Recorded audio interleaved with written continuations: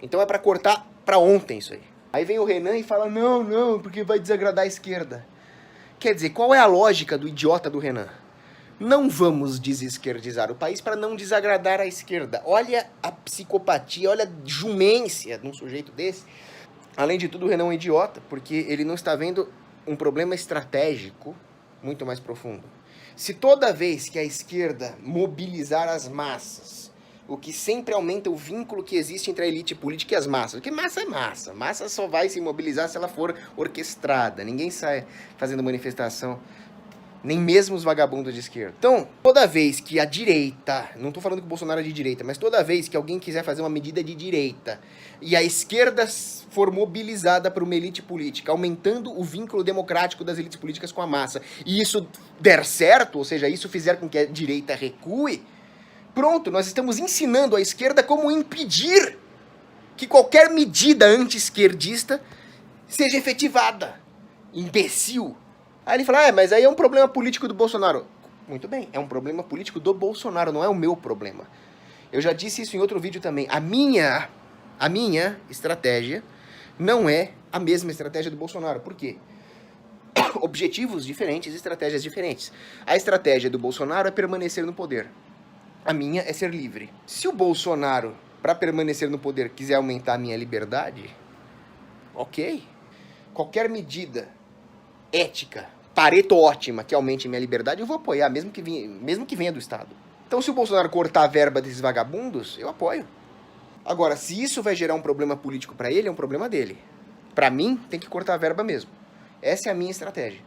Mas no final das contas, elas não vão diferir muito. Se nós estudarmos a fundo a questão estratégica, nós vamos ver problemas que um covarde como o Renan Santos não aborda.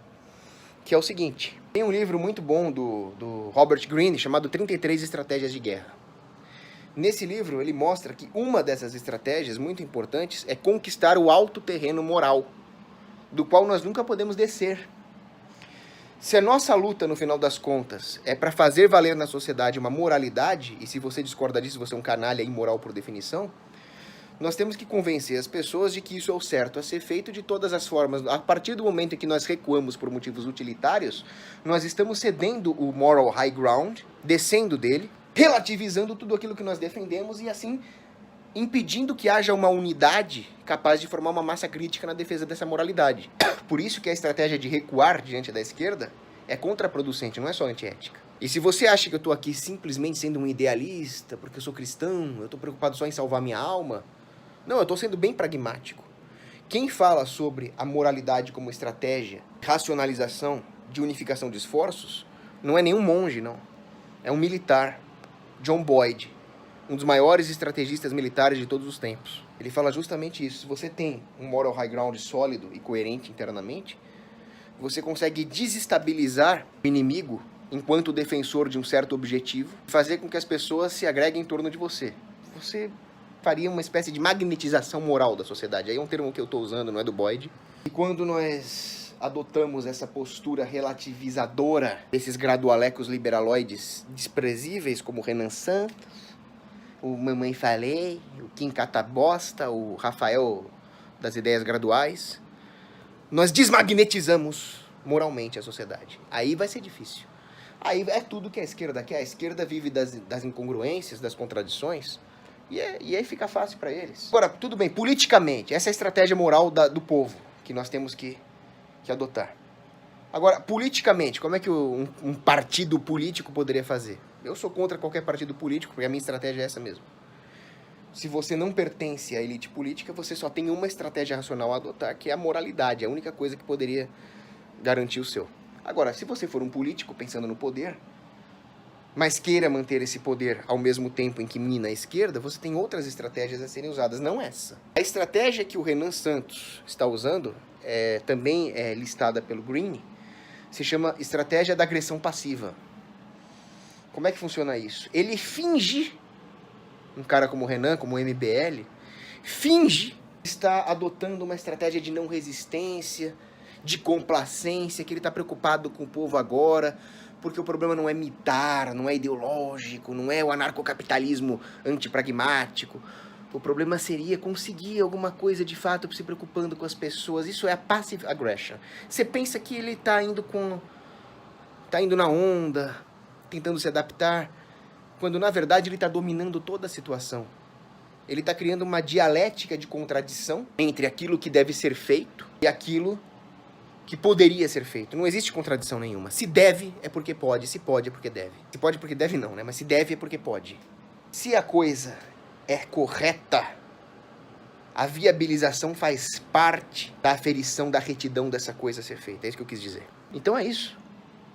O Renan Santos, ele cria essa aparente contradição para dividir as pessoas, parecendo que ele é pragmático, parecendo que ele é um não radical, enquanto ele controla a situação. Isso está tudo no livro do Brian Greene. Agora, uma estratégia que poderia ser adotada é a estratégia da manobra objetivando um centro de gravidade. São termos militares, mas nós temos que entender que na política a massa não manda nada. Nada emana do povo. Todo poder emana do povo, emana porcaria nenhuma, emana das elites que manipulam o povo, tá? Não enche o saco. Se existem essas elites que manipulam o povo, elas têm um objetivo próprio, geralmente é dinheiro, geralmente é poder. Você pode manobrar essas elites dando a volta, você não precisa bater de frente, mas você pode dar a volta e subornar essas elites que controlam o sistema. Se existe uma figura importante no MEC, se existe uma figura importante num sindicato de professores, de estudantes, suborna ele, é dinheiro. É só dinheiro, cara. Acabou. E a massa de vagabundos maconheiros? Vão continuar sendo uma massa de vagabundos maconheiros, não vão fazer nada. Fica com medo Para esses existe a tropa de choque. Poxa, é só estudar história. Como é que o Senado fez? Lá em Roma Antiga, destruiu Nero. Subornou o chefe da guarda pretoriana, o Tigelino. Pegou o centro de gravidade, acabou. Essa história de, tem que convencer todo mundo, isso é outra armadilha democrática. A democracia, além de todos os erros, ela dá a falsa impressão de que a massa manda alguma coisa quando ela é só um bando de idiotas úteis. Pô, acorda, vai estudar um pouco de ciência política, cara. Corta essa porcaria, essas verbas e acabou. A única solução, como é que o pobre vai estudar? O que nós temos que fazer é o seguinte, um governo, como o governo Bolsonaro, chega lá no poder. Eu sou o Bolsonaro, eu sou o capitão, vou acabar com a esquerda, vou mitar, óculos de eu mitei. E não faz nada? Fica claro para os inimigos de esquerda que isso se trata de uma falsa demonstração de força, do qual Mussolini foi vítima dele mesmo. Ele fazia aqueles desfiles das 8 milhões de baionetas, ele tinha navios enormes, mas que não eram, a tripulação não era bem adestrada, o armamento era obsoleto. Enfim, ele entrou na guerra. Tudo aquilo se mostrou uma farsa. Se você não demonstrar a efetividade da sua força, as pessoas vão começar a te encarar como um Mussolini. Então, se um governo que se propõe a combater a extrema esquerda chega ao poder e não combate a extrema esquerda, ele está demonstrando a sua fraqueza. No momento em que ele demonstra força através de uma ação de choque repentina, extraordinária, ele causa terror nas fileiras da esquerda. Isso tem que ser feito. É preciso causar terror nas fileiras de esquerda através de ações agressivas de choque. Não, vamos com calma, vamos tateando o terreno. A esquerda vive dessa demagogia. A hora que a esquerda toma no meio do dente, ela, toda a minha demagogia falhou. Aí você causa terror neles. E a esquerda não está preparada para isso. A esquerda está preparada para enganação, para manipulação, para mentira, para relativização, mas como fracos e incompetentes que eles são, eles não estão preparados para a porradaria, para o choque, para o terror. Eles, quando estão no poder, causam tudo isso. Mas primeiro eles têm que chegar no poder. Se nós não os deixarmos chegar no poder na base da porrada, eles não chegam. Nós temos que entender isso. Tudo que a esquerda quer é tempo para perverter as bases sociais. A hora que você não dá tempo para os filhos da mãe, acabou.